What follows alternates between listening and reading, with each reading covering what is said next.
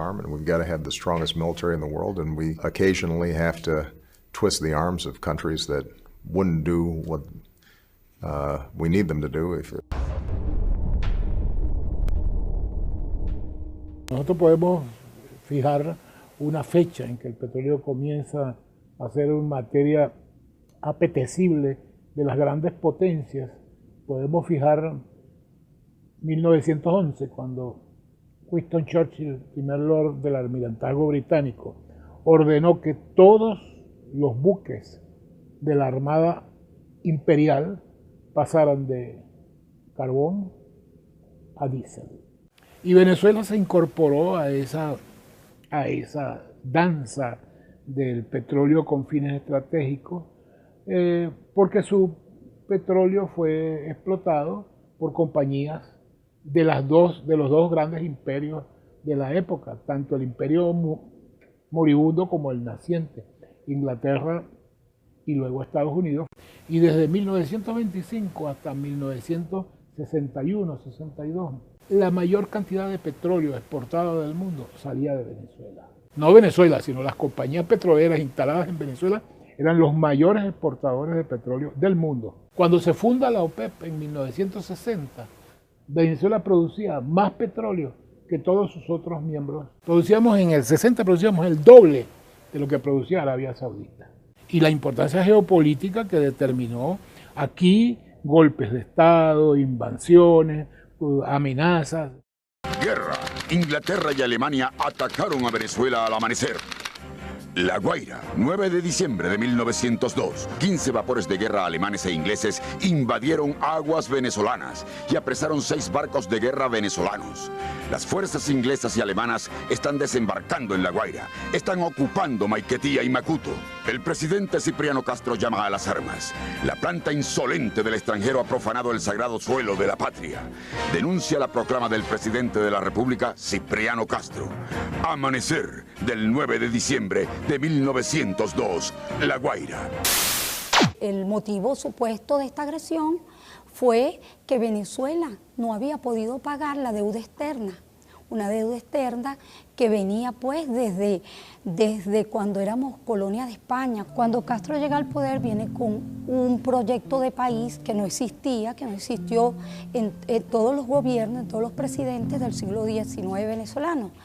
Él llega con una firme decisión de centralizar el poder mediante la administración, mediante un ejército fuerte que solo siga los intereses del Estado. Te llegaba información de que nos querían bloquear, de que era bueno para salir de un gobierno despótico, tirano, que era como lo hacían ver a Castro en el extranjero. Te lo hacían ver como un analfabeta, también por su estatura, por su color de piel. Vemos en periódicos, en revistas francesas, cómo a través de la caricatura mundial se comenzó a ridicularizar a nuestro presidente. Las transnacionales comienzan a inyectar dinero para sacar a Castro del poder.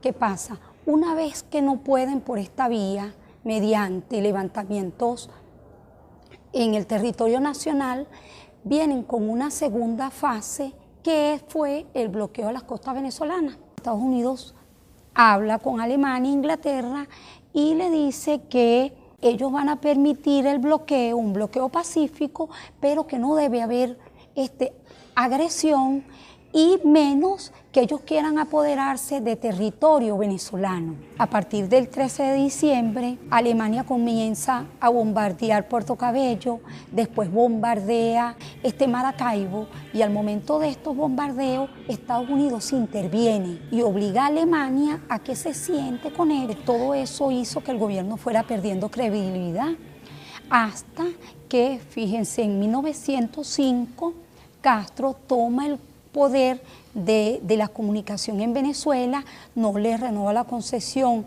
al cable francés. Eso hace pues que Francia esté más molesta y rompa relaciones con Venezuela. 1904. El presidente Cipriano Castro decreta la expropiación de la transnacional New York and Bermúdez Company, que desde 1885 exportaba asfalto prácticamente sin pagar impuestos. A Cipriano Castro lo derrocaron los gringos, lo derrocó el petróleo. Estados Unidos en este contexto muestra que a partir de este conflicto ellos son los que van a tener el control en este territorio de que Venezuela fuera el patio trasero de Estados Unidos.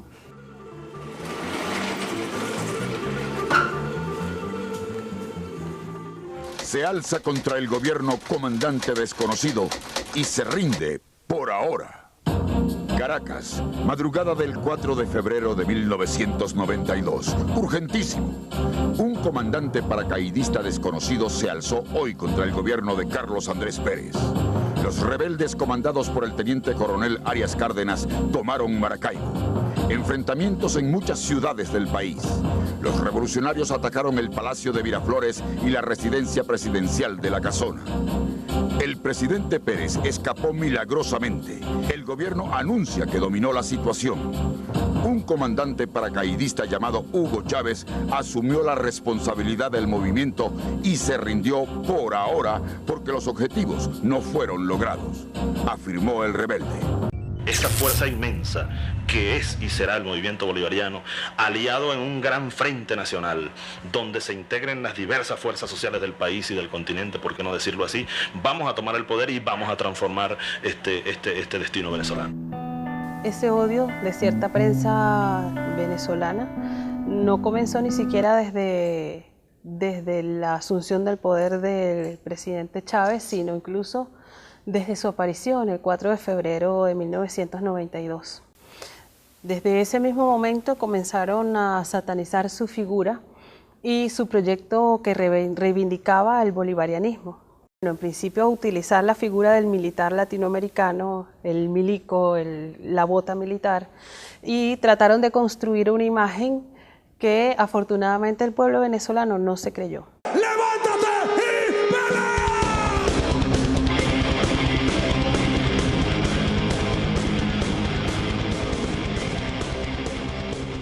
Jamás pudieron tragar la llegada del comandante Chávez. Primero porque era negro, sambo, no tenía un grado, un diplomado, ni formaba parte de la burguesía. Ya por ahí no les caía bien Chávez. El pueblo invisible lo visibilizó, los pobres, el 80% cuando llega Chávez era pobre. El 40% era prácticamente una pobreza extrema. Él le dio voz, le dio voto y le dio poder al pueblo. Eso ya era algo que no se podía tragar. Como en todo el mundo, los dueños de los medios en Venezuela son los quienes manejan el poder económico. Poder que ha perdido privilegios porque eran ellos quienes decidían, por ejemplo, quién era el presidente de PDVSA. Eran ellos quien decidía quién era el presidente del Banco Central de Venezuela o el ministro de Relaciones Exteriores. El presidente Chávez siempre contaba una anécdota que apenas asumió el poder fue llamado por los dueños de estos medios para reunirse y discutir sobre el nuevo gabinete. Y bueno, Chávez dijo que no, que les había dado un parado y ahí comenzó la guerra mediática, digamos, con más fuerza. Aquí pensaban seguir. Esa burguesía parásita se apropió durante 100 años de la mayor parte del ingreso petrolero nacional. Parásita. Era un saqueo al país. Llegó la revolución y mandó a parar. Queremos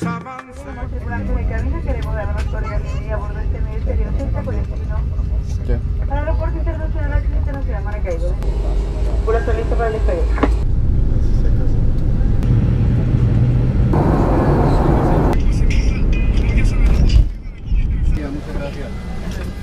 ¿Cuáles desafíos plantea esencialmente Chávez? Primero, el rescate de la idea de soberanía, es decir, la decisión del Estado y quien dirige la política exterior del Estado, que es el presidente Chávez, por rango constitucional, definir una política que corresponde a los intereses de la nación. Segundo, y no menos importante porque la coloca en segundo lugar, esa política de soberanía está construida sobre otro concepto muy importante, independencia. Y tercero, y no por eso tampoco menos importante, es que esa política de soberanía e independencia tiene un correlato específico, manejo y administración de recursos naturales. Ante el choque de esa doctrina con los intereses estratégicos de Estados Unidos, por supuesto, en términos del control de los recursos naturales, en términos de dependencia, se produce una escalada de acciones de los Estados Unidos destinado a desestabilizar a Chávez. Por eso que es interesante a veces en estas discusiones, cuando dicen, bueno, es que los Estados Unidos en los últimos años es que ha tenido una política agresiva hacia Venezuela. No, desde 1999-2000 es una política consecuente, que tiene que ver con una actitud muy grosera, muy prepotente, y bastante paranoica incluso por parte de los Estados Unidos hacia Venezuela. Obviously, Venezuela is important because they're the third largest supplier of petroleum. I would say that Mr. Chavez, and the State Department may say this, probably doesn't have the interest of the United States. Todos fueron derrocados. Cipriano Castro, después Isaías Medina, después Carlos Delgado, antes de él Rómulo Gallegos, un gran escritor, y yo, derrocado. Y la causa fundamental, el petróleo.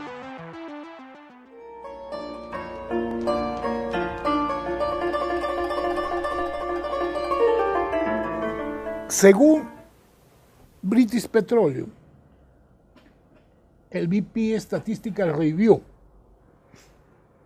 el mundo hay 1.700.000.000.000 de barriles. En la OPEP está 1.216.000.000, el 71%. Y en Venezuela, con la certificación Ryder Scott PDVSA, estos 298.000 que te decía, equivalen al 17,55% de todas las reservas probadas del mundo.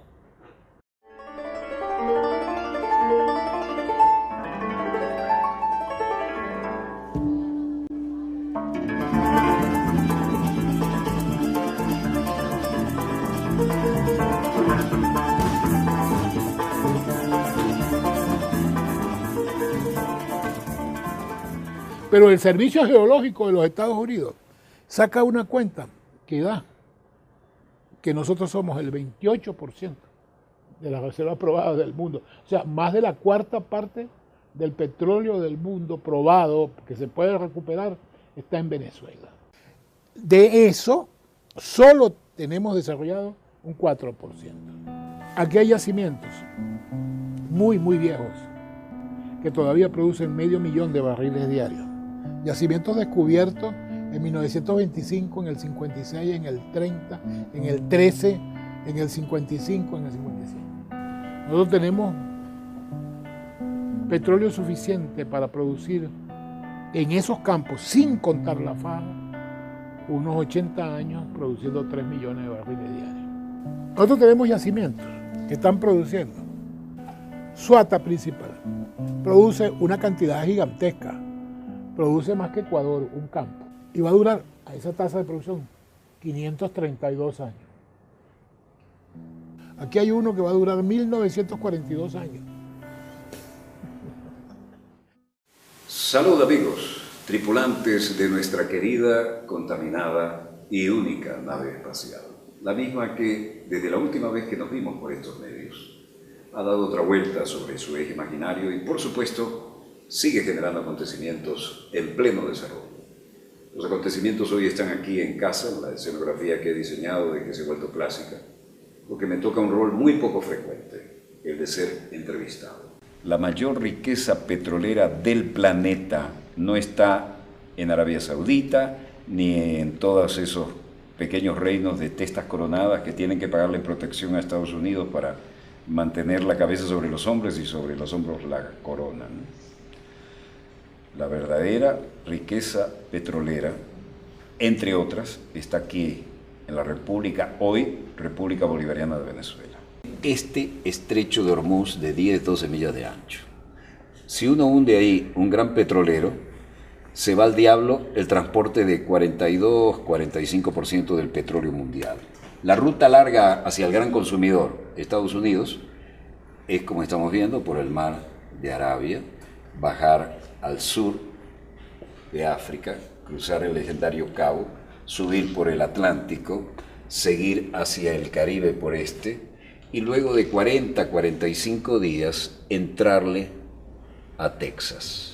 Pero en una situación crítica de riesgo estratégico, la mayor riqueza petrolera del planeta está aquí, pero no está a 45 días, está de 4 a 5 días. 10-1 es la proporción. Por lo tanto, que nosotros hayamos nacionalizado soberanamente nuestras riquezas petroleras ha generado una enorme reverberancia en el sismógrafo de Washington y del Pentágono. Además, los gringos pidieron, los yanquis, ¿no? Pidieron que aceptáramos bases de ellos en el territorio nacional. Hubiera ocurrido en la Cuarta República, pero con el comandante eterno Hugo Chávez Frías se les dijo no, absolutamente no. Y entonces los hermanos, entre comillas, de la patria grande colombianos, se bajaron los pantalones 7 veces al mejor estilo del traidor Santander, con 7 bases gringas. Ahora, ¿qué pasa? Aclaremos que Venezuela no solo tiene petróleo, ¿no? Tiene minerales raros, de los que no se habla, tiene biodiversidad, que es el presente futuro, y tiene algo que probablemente justifique las guerras del futuro: agua, enorme cantidad de agua. Y desde el día que Maduro toma la presidencia, esto no ha parado, esto ha sido un golpe continuado. De hecho, cuando él gana las elecciones, no las reconoce la oposición.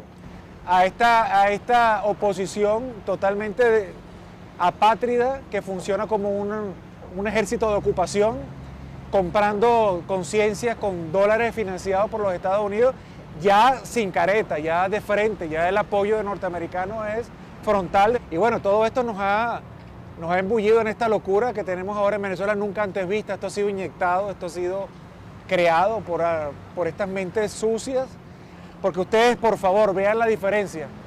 Ustedes ven la marcha chavista, las marchas rojas, son tambores, alegría, cantos, esperanza, patria, y ven las marchas de oposición, odios, gritos, insultos, destrucción, quema.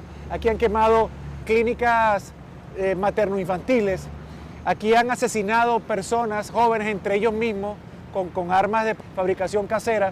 Aquí han quemado, nada más en la noche de ayer, por ejemplo, para decirles algo, quemaron 51 autobuses de primera que son para el pueblo, y se suma, ya pasan los 200 autobuses quemados. Han arremetido contra el metro, han arremetido contra liceos, escuelas, han destruido universidades, han llamado directamente a la violencia, han llamado al golpe de Estado, inclusive con mensajes directos a las Fuerzas Armadas, y han comprado jóvenes, haciéndoles creer, les han lavado el cerebro, haciéndoles creer que están en una labor patriótica, y a otros los están pagando, inclusive están pagando a bandas armadas de delincuentes para que creen el caos y actúen, como les dije antes, como un ejército de ocupación.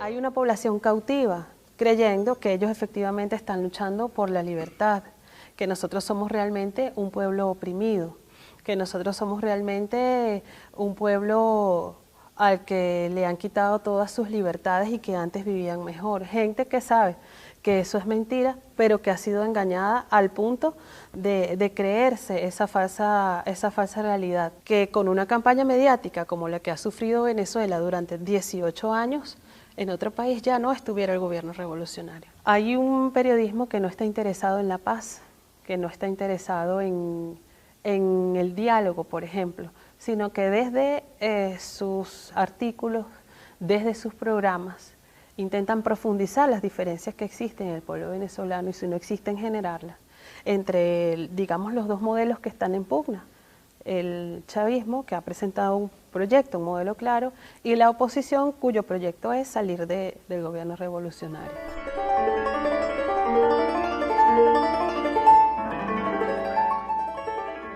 durante todos estos años se ha construido una imagen sobre Venezuela. Y es una imagen que se ha distribuido a través de todas las fuentes informativas posibles.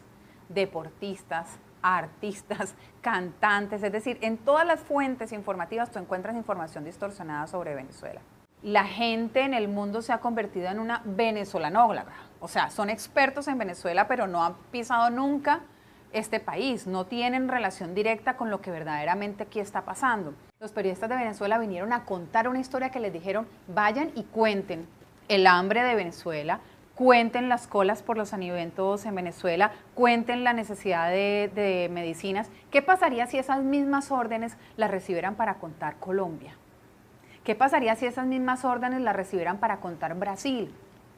¿Qué pasaría si esas mismas órdenes las recibieran para contar México? Pero cuando te mandan a cubrir México, no te mandan a cubrir el hambre, la falta de medicinas, la dificultad para acceder a servicios públicos, no te mandan a contar otras historias. Y eso es lo que está pasando de una manera muy evidente, es muy claro, los periodistas extranjeros vienen a contar la historia que les han mandado a contar. Las imágenes en vivo de las movilizaciones opositoras en la autopista, en una gran avenida de Caracas, llegan, están retenidos por la Guardia Nacional, hay confrontación, hay gases lacrimógenos, esa es la imagen que se repite, pero aparte de ese pequeño lugar de Venezuela, están ocurriendo una cantidad de cosas que los medios internacionales no están cubriendo, y no los están cubriendo no porque no sean capaces de cubrirlo o porque no tengan periodistas talentosos, es simplemente porque la instrucción, la orden es venir a cubrir las historias que el medio quiere escuchar. Pero se pierden de algo que está pasando en este país que sí es único,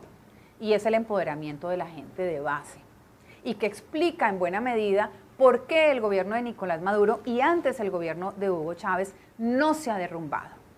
Hay varios pilares para el modelo bolivariano, por supuesto, pero una de las cosas más importantes es cómo esta gente entiende hoy el hecho político, incluso aquellos que adversan el proceso bolivariano. La discusión del pueblo venezolano sobre la política no se está dando en ninguna otra región de esta parte del planeta donde nosotros vivimos, y eso no lo vienen a contar los medios internacionales, porque el interés es muy claro, es construir un estado de opinión sobre Venezuela que permita una segunda, tercera fase de agresión y de intervención sobre el país que desde mi punto de vista ya comenzó.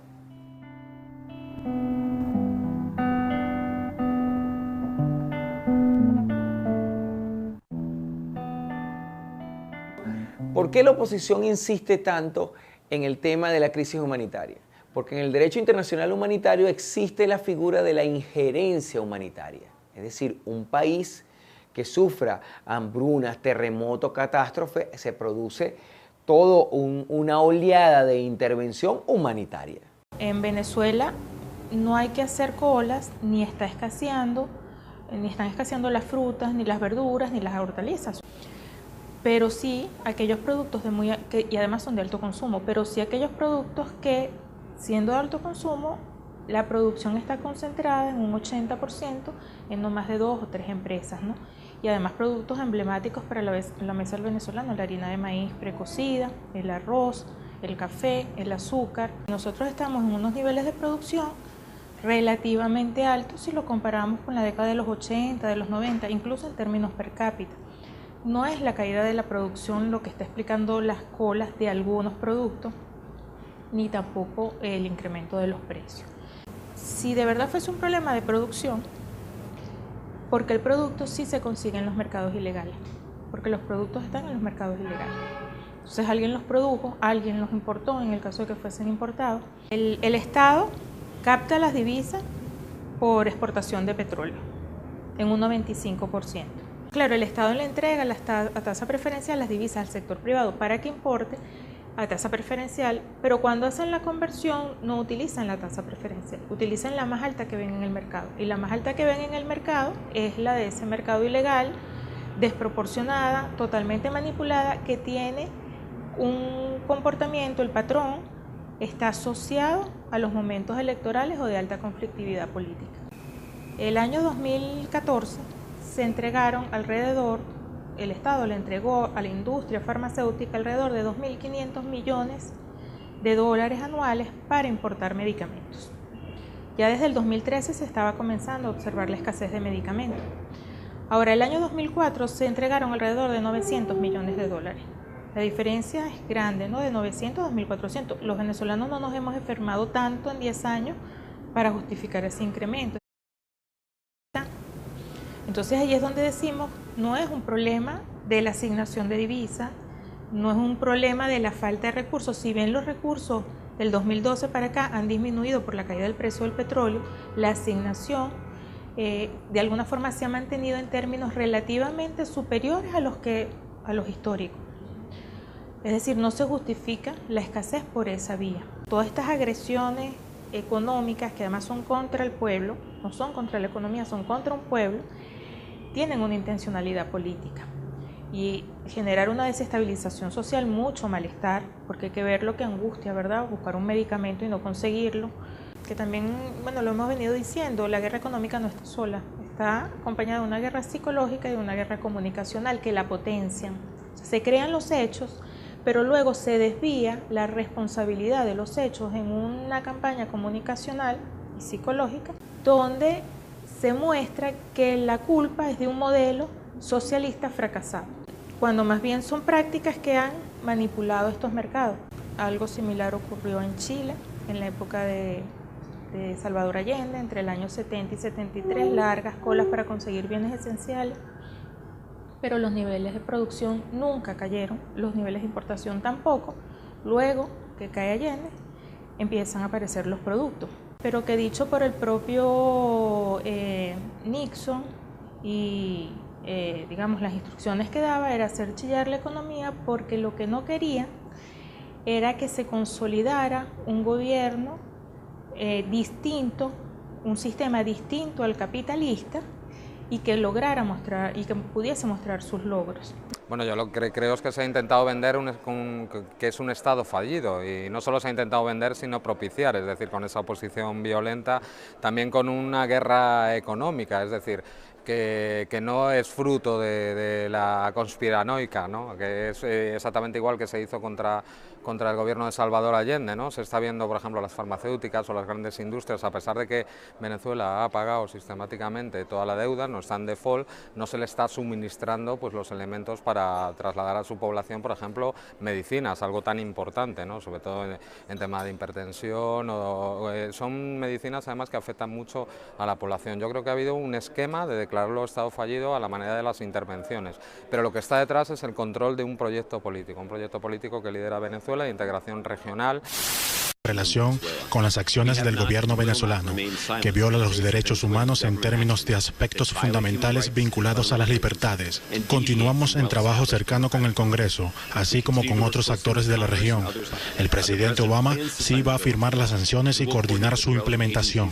Estas sanciones representan el compromiso del Departamento de Estado y el gobierno de los Estados Unidos en apoyar al pueblo venezolano a proteger su democracia. Hay una que puede ser incluso más rápido. 2 portaaviones en el Golfo de Maracaibo. Esos tipos que vociferan como Maduro y Diosdado son una bola de cobardes porque atacan mujeres y niños. Exacto. Hay que plantarles enfrente 2 portaaviones y vamos a ver si son tan guapos como dicen con el ejército americano. Dios te bendiga, Belardo. No, por favor. No, porque es que cuando uno dice, pero que se metan los gringos... No, pero por favor. Que usen la fuerza en nombre de la libertad, te dicen, oh, no. Y le preguntan, ¿se justifica moralmente asesinar al tirano? Claro, porque es que un pueblo que asesina o quien asesina a un tirano no es un asesino. Exacto. Es un patriota. Exacto. Y entonces hay que pasar a la acción. Y hay que tomar las armas de ser necesario. El hecho de que nosotros pasamos de ser un desafío en el diseño de la política exterior norteamericana a ser una amenaza. La diferencia conceptual en la formulación norteamericana entre un país desafío y un país amenaza es que un país amenaza puede incluir hasta última instancia una intervención militar. Un desafío no, implica presiones. Uno es un documento de julio del año 2015, ese mismo año, de un especialista norteamericano que se llama Robert Ellis, un asesor de inteligencia del Departamento de Guerra del Ejército norteamericano, que publica un trabajo que se denomina La inminente implosión en Venezuela y sus implicaciones para los Estados Unidos. ¿Y qué dice en ese documento Robert Ellis? Venezuela está en una situación de inestabilidad, el presidente Nicolás Maduro no tiene la capacidad de mantener el orden y la inestabilidad en Venezuela va a generar una inestabilidad en la zona y ante eso tiene que actuar los Estados Unidos. ¿Qué dice Robert Ely? Bueno, los Estados Unidos a lo mejor no tenga que intervenir directamente, pero debería de intervenir a través de sus socios, Colombia y Guyana. Bersinki también ha sido el principal auspiciante de lo que se llama la tesis del caos constructivo. ¿Qué es el caos constructivo? Generar una situación de desequilibrio económico, financiero, social, militar, para producir un reacomodo de un país no amistoso a los intereses norteamericanos o en su defecto, y esto lo quiero subrayar, producir una cesión de su territorio, al estilo de Libia o al estilo de lo que intentan en Irak, con el norte de Irak y los turcos, o con Turquía, o lo que están intentando con Yemen para sacar el oleoducto para permitir el trasvase de los puertos que están sobre el Golfo Pérsico. Y aquí pretende aplicarlo y se pretende aplicar a través de Colombia. Ese último informe que yo te señalo de Robert Ely es contundente. Colombia es clave en esto. No es fortuito entonces la concreción del acuerdo de la OTAN y saldría mucho más barato si logran la secesión de Maracaibo a Colombia. Ese es el proyecto geopolítico. No puedo derrumbar al gobierno de Chávez o de Nicolás, es la tesis del secesionismo. Es muy sencillo, para explicarlo así. ¿Qué tipo de Estado opera en la frontera colombiana, del lado colombiano? ¿Y qué tipo de Estado opera o funciona o tiene competencias en el territorio venezolano?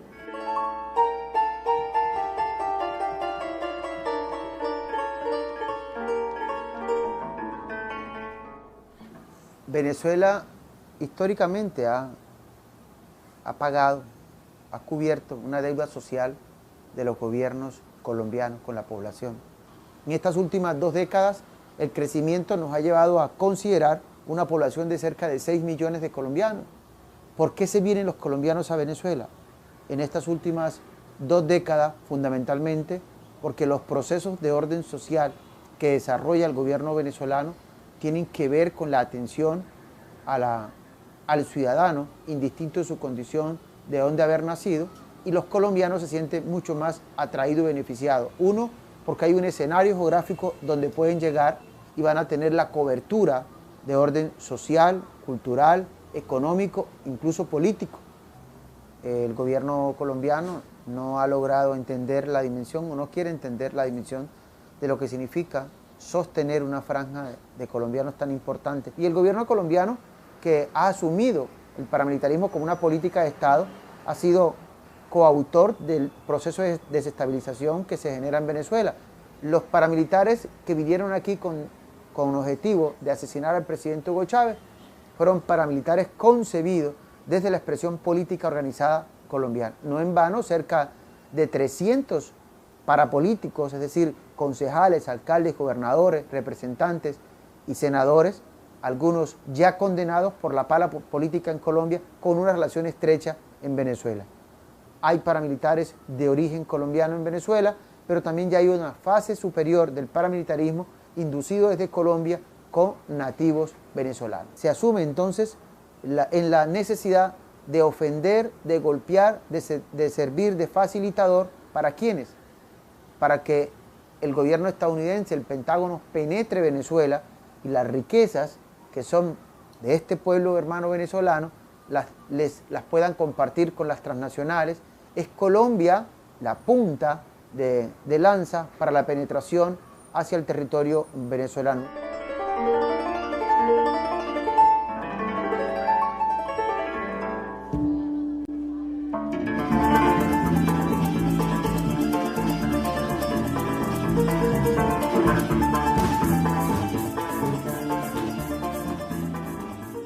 Obama nos caracterizó como una amenaza extraordinaria e inusual.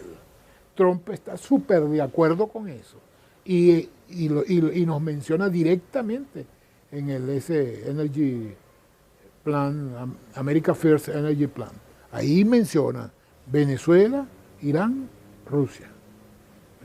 Objetivos así de que Las amenazas militares son reales, o sea, no solo está, por ejemplo, en las maniobras militares que se han hecho hace poco con decenas de países, incluso países europeos, delante de las costas venezolanas, como también las declaraciones del almirante de la flota del Pacífico en el Senado, diciendo que Venezuela es un problema de narcotráfico, de terrorismo, etcétera, etcétera.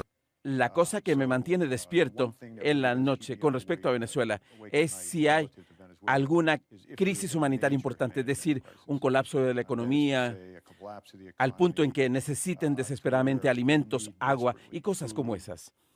Y entonces podríamos reaccionar a eso, y lo haríamos. Ahora, cuando no puedes tumbarlo desde adentro y se genera una crisis, entonces humanitariamente, para evitar una crisis humanitaria, para evitar derramamiento de sangre más grandes, para evitar que se extienda esto a países vecinos, aparecen gente de buena voluntad que dice esto es un problema de seguridad hemisférica y hay que actuar ya. Porque tenemos la verdad de nuestra parte y no vendrán unos asaltantes de la oligarquía interna de la derecha extremista con el guión escrito por el Departamento de Estado a asaltar el poder político de Venezuela.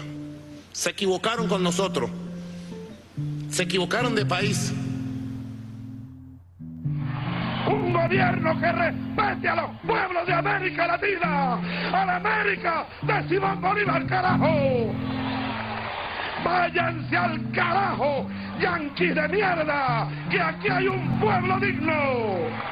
Sépanlo, estamos resueltos a ser libres, pase lo que pase y cuéstenos lo que nos cueste.